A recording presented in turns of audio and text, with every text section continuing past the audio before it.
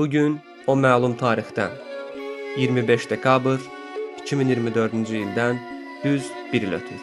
Həmin səhər Bakıdan havaya qalxan Azərbaycan Hava Yollarına məxsus J2-8243 reysli 4K AZ65 bort nömrəli Embraer 190 təyyarəsi üçün hər şey adi başlamışdı.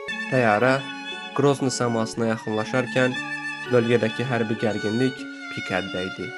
Rusiya hava hücumundan müdafiə sistemləri mülki təyyarəni səhvən hədəf seçdi. Pantsir S-1 raket zərbəsi birbaşa olmasa da yaxınlıqda baş verən partlayış Qusar adlı bu gümüşü qanadlı quşu ağır yaraladı.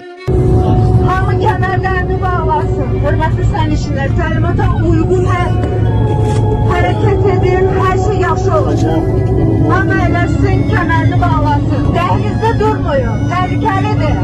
Saatlar 09:39 göstərildi. Aktao hava limanına cəmi 3 kilometr qalmışdı. Təyyarə artıq havada qala bilmirdi. O, Aktao torpağına çırpıldı. Qəza nəticəsində 38 nəfər, kapitan, ikinci pilot, baş bələdçi və 35 sərnişin həyatını itirdi. J2-8243 sayılı reysin unudulmaz insanları.